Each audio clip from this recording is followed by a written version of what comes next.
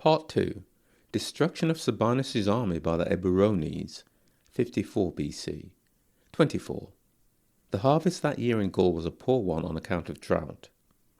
Accordingly, after beaching the ships and holding a council of Gallic leaders at Samara, Caesar was compelled to change his previous method of quartering the army for the winter and distributed the legions among a larger number of tribes. One was sent to the Morini under the general Gaius Fabius, another to the Nervii under Quintus Tullius Cicero, a third to the Esuvii under Lucius Roscius. A fourth, under Sabinus, was ordered to winter in the country of the Rhine near the frontier of the Treveri, and 3 more were placed in Belgic territory under the quaestor Marcus Crassus and the generals Lucius Monatius Plancus and Gaius Trebonius. One of the legions recently raised in the country north of the Po, and a further detachment of 5 cohorts, was sent under the command of Sabinus and Cotta to the Eburones, who lived principally between the Meuse and the Rhine, and were at that time ruled by Ambiorix and Catuolcus. This wide distribution, Caesar thought, would be the easiest way of meeting the shortage of corn. In fact, however, the quarters of all the legions, except that under Roscius, which had been sent to a perfectly quiet and peaceful district, were within 100 miles of one another. Caesar determined to stay in Gaul himself until he knew that all the troops had reached their destinations and fortified their camps. 25. In the land of the Carnutes was a man of noble birth called Tasgetius, whose ancestors had been kings of the tribe. In recognition of his merit and devotion, for in all the campaigns his services had been exceptionally valuable, Caesar had placed him upon the throne of his ancestors. In the 3rd year of his reign he was assassinated by enemies with the avowed approval of many members of the tribe. The crime was reported to Caesar, and as the number of persons implicated was large, he feared lest they might instigate the tribes to revolt. Accordingly, he at once transferred Plancus to the country of the Carnutes from his quarters among the Belgae, with orders to stay there for the rest of the winter, and to arrest and send to him those whom he found to be responsible for Tasgetius' death. Meanwhile, Caesar heard from all the generals and quaestors in command of the legions that they had reached their quarters and completed the fortification of their camps. 26. About a fortnight later, an open revolt was suddenly started by the Eburones, Ambiorix, and Catuolcus. They had waited on Sabinus and Cotta at the frontier of their kingdom and brought a supply of grain to the Roman camp, but were then induced by a message from Indutiomarus, the Treveran, to call their subjects to arms. Making a sudden attack on a party collecting wood, they came with a large force to assault the camp. The legionaries quickly armed and mounted the rampart, and some Spanish horsemen who were sent out by one of the gates were victorious in a cavalry engagement. The Eburones realized that they had no hope of success and retired from the attack. Then they shouted aloud, after the manner of their nation, for someone from our side to go out and parley with them, declaring that they had something to say which concerned us as well as themselves, and which they hoped might bring the conflict to an end. 27.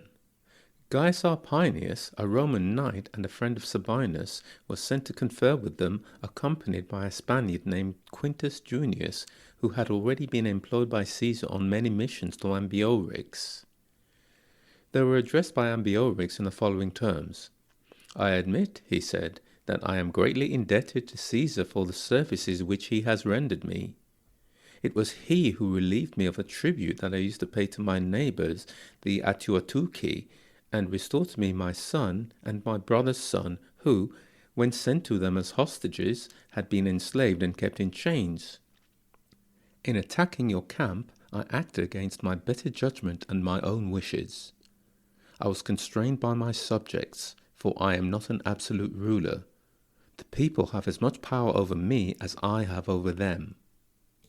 And the reason why the tribe took up arms was because he could not oppose a movement in which all the Gauls suddenly leagued themselves together.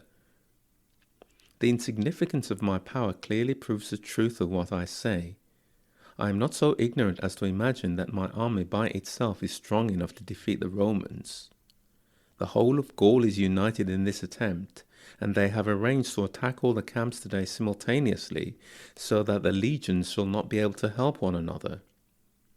It would have been difficult for us to refuse to help our fellow countrymen, especially as we knew that their object was the recovery of our national liberty. But having now discharged the duty which patriotism required of me, I remember what I owe to Caesar for his favours, and I urge and implore Sabinus, as my friend and host, to consider his own and his soldiers' safety. A large force of German mercenaries has crossed the Rhine and will be here in a couple of days. It is for you to decide whether you will withdraw your troops from the camp before the neighbouring tribes can find out what you are doing, and take them either to Cicero, who is less than 50 miles away, or to Sabinus, a somewhat greater distance. I swear to grant them safe conduct through my territory. In so doing, I am acting in the interest of my people, who will be relieved from the burden of the camp in their midst, and at the same time repaying Caesar for his kindness. After making this speech, Ambiorix retired. 28. These remarks were reported by Arpinius and Junius to the generals, who heard them with surprise and alarm. And although the suggestion came from an enemy, they did not think it ought to be disregarded. The most disquieting thing was that it really did seem scarcely credible that an obscure and insignificant tribe like the Eburones could have dared, of its own initiative, to make war on Rome. Accordingly, the matter was referred to a council of war, where it was hotly debated.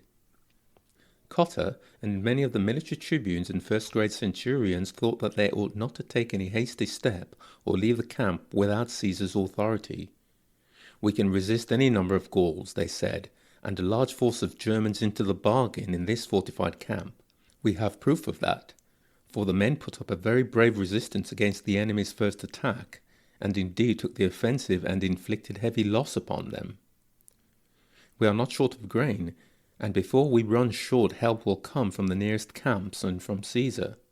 In any case, what could be more irresponsible or unsoldierly than to follow the advice of an enemy in a matter of prime importance?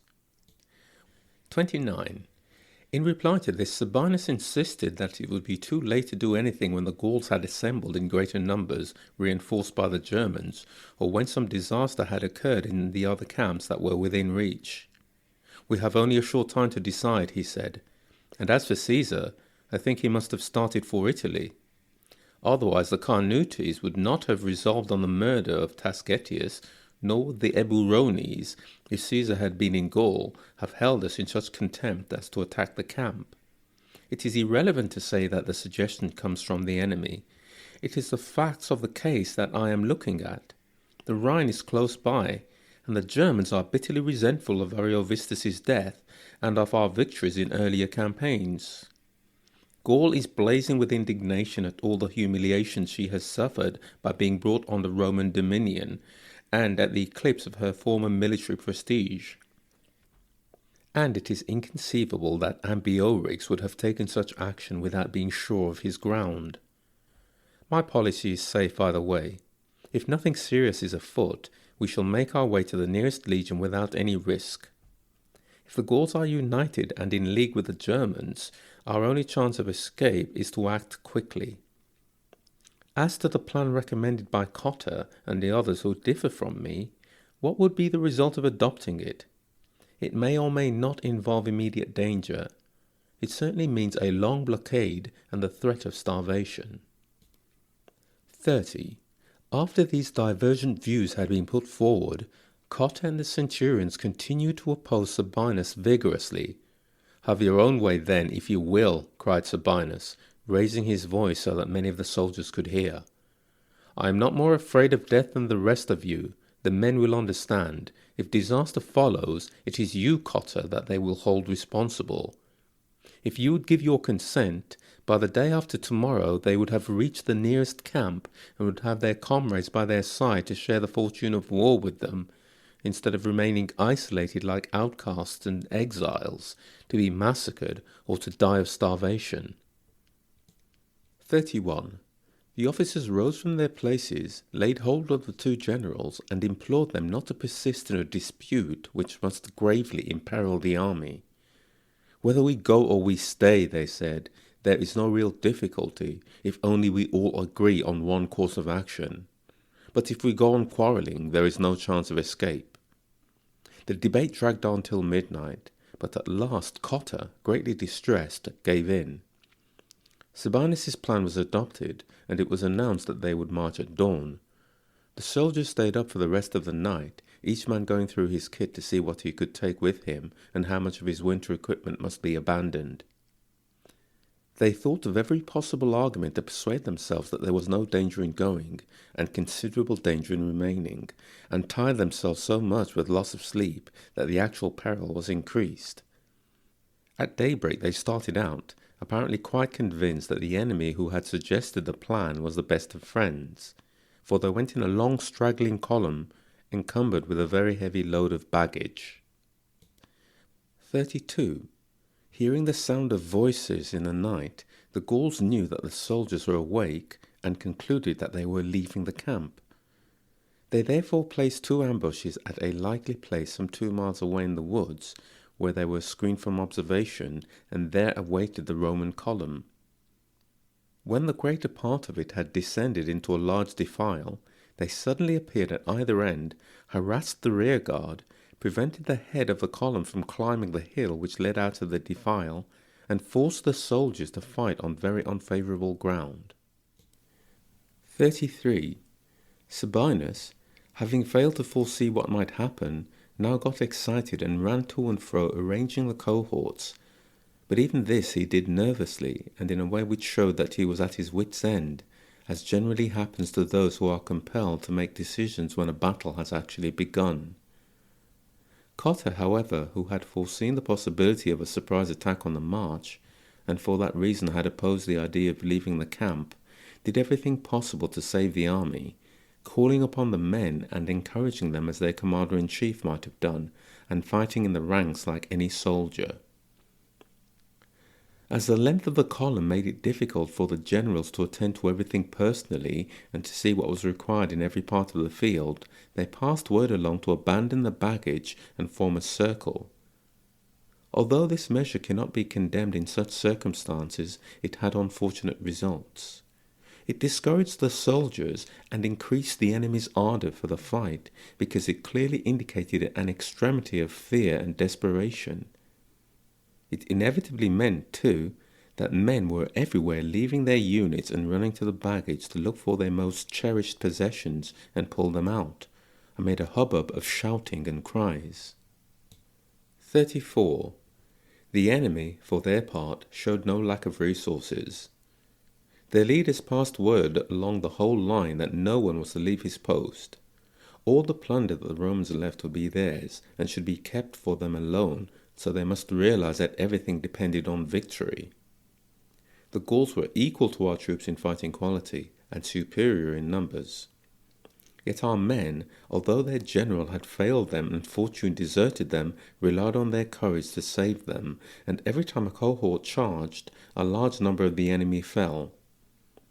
Seeing this, Eburones ordered his men to throw their javelins without going too close, and to give ground before the Roman charges. Being lightly armed and trained by daily practice to execute such maneuvers, they would still be able to inflict heavy casualties. As soon as the Romans began to retire to their main body, they were to give chase. 35. These instructions were carefully obeyed. Whenever a cohort made a charge out of the circle, the enemy retreated at full speed. A temporary gap was bound to be left in the circle so that the unit which stood next was exposed to missiles on its right flank. And when the cohort began to return to its original place, it was surrounded by the Gauls who had fallen back and by the nearest of those who had remained in position. If the Romans tried simply holding their ground in the circle, there was no scope for any courageous effort, and they were huddled together too closely to avoid the javelins that the huge Gallic host rained upon them. Yet, Notwithstanding all the disadvantages that they had to contend with, and in spite of heavy losses, they still held out, and throughout a fight that lasted for a considerable part of the day, from dawn till 2 o'clock, did nothing to be ashamed of. In this battle, Titus Balventius, who the previous year had been chief centurion of his legion, a brave and highly respected man, had both his thighs pierced by a javelin.